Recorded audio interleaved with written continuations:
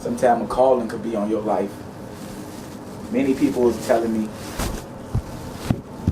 that this day was gonna come, that I would probably be doing something of this nature. I give you a prime example. Right before my uncle died, Big C, we was sitting, we was talking, and all out, kind of out the blue, he threw his hands up and said, "Nephew, I don't know if I'm gonna live to see it." I was like, "What are he talking about?" He said, "I like Martin Luther King, so he'll go, he don't live to see." What's he talking about? Yeah. But he said, basically, and to make a long story short, that whether he lived to see it or not, I probably one day be a preacher or a politician. And he pretty much probably died a couple months after that. So that's why I speak in terms of being a leader and doing these things whatnot. I always take my ideas to my mother, and I tell her all these bright ideas or things I be on fire about doing for the community, things that I'm not gonna make a dollar off of, but it just ignite me, it just fuel the fire. And she'll look at me real stern, especially pretty much towards the end, the last 6 months. We found out the beginning of June my mother had cancer. She died last December. But as she got sick, she'd always be in her room, so I go tell her these bright ideas, and she just look at me with a stern look, and she'd say, she'd just shake her head. "Why are you looking at me like that?" She'd say, just like Bishop Brewton, you was clone. Just like your granddad. When you running from a calling, you can run, but you can't hide.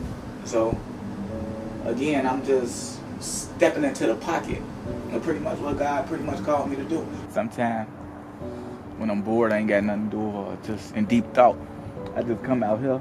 Or when I just need a reminder to always remain humble. Because, there's so much in this world that gets you to thinking that you, or could get you to thinking crazy. But there's so much that can get you quickly having a big head, from your social medias to this, that, and third. But me, one thing to keep me grounded or humble is from time to time I come back here and I always remind myself of where I've been, where I started. And I just kind of glaze. That's my room right there.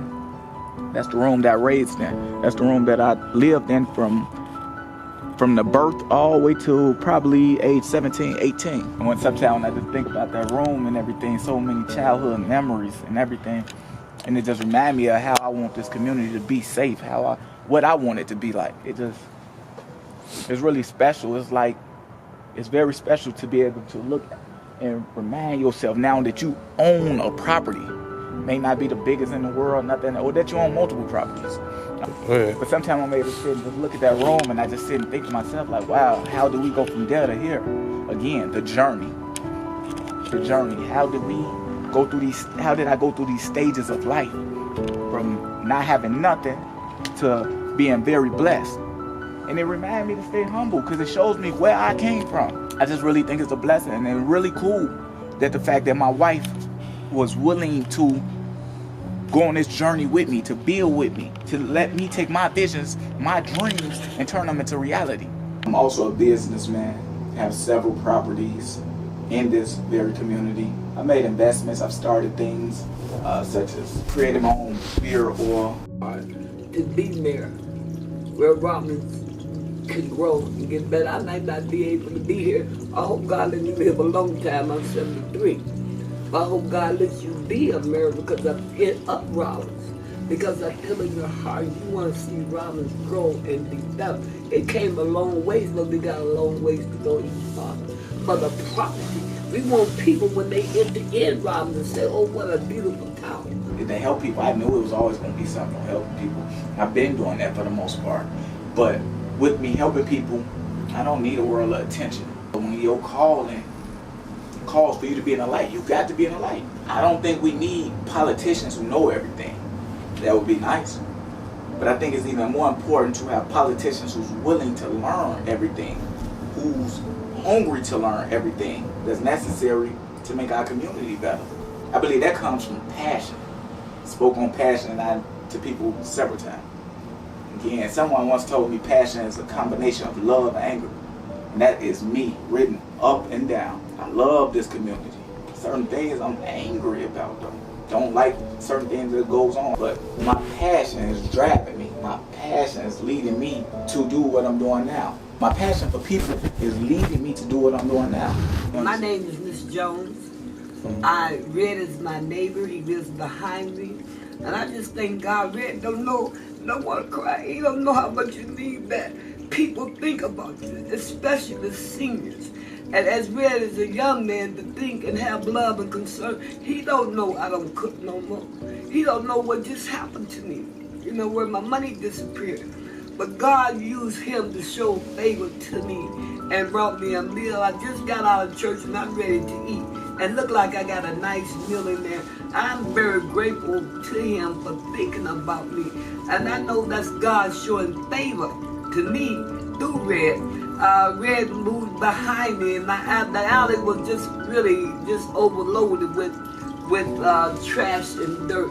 And Red cleaned it out. And I think he had brought up property to build up robbers. Instead of I'm not talking about the other young folks. I don't know what they do. But I know what Red do, buy property to build Robbins up. Because I'm quite sure if he got enough money to buy 1 house, 2 houses, he can move out of Robbins if he desired to do so. A lot of people don't want to move in Robbins because of the way Robbins looks. But Red grew up here and decided to keep his money invested in the town that he was raised up to build it up. And I thank God for him. I thank God for him doing what he's doing today. He don't know what people are going through. He don't know what a blessing that he's been to people. Everything I'm doing now, I've been doing it. I just never cared to cut on the cameras. Because if I have it my way, I'm going to sit in the back seat.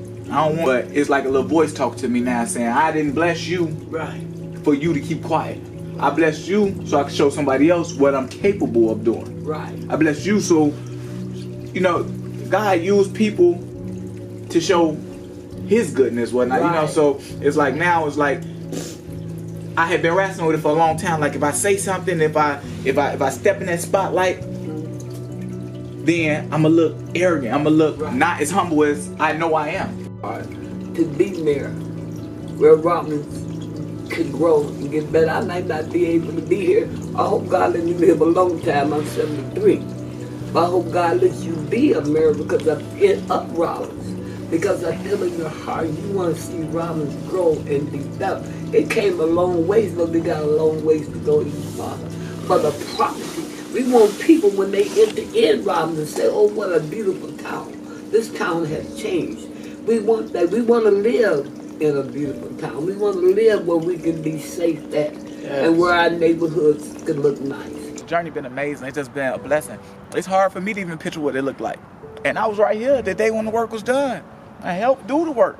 And it's almost hard to look back. And it's just been amazing. It's been truly a blessing, whatnot. Me and my wife, we got out here, we rolled up our sleeves with the help of people like Ravel and Myron Orr, who's actually still missing, and another fight that we fighting. But people like that, people from this very community. It wasn't nobody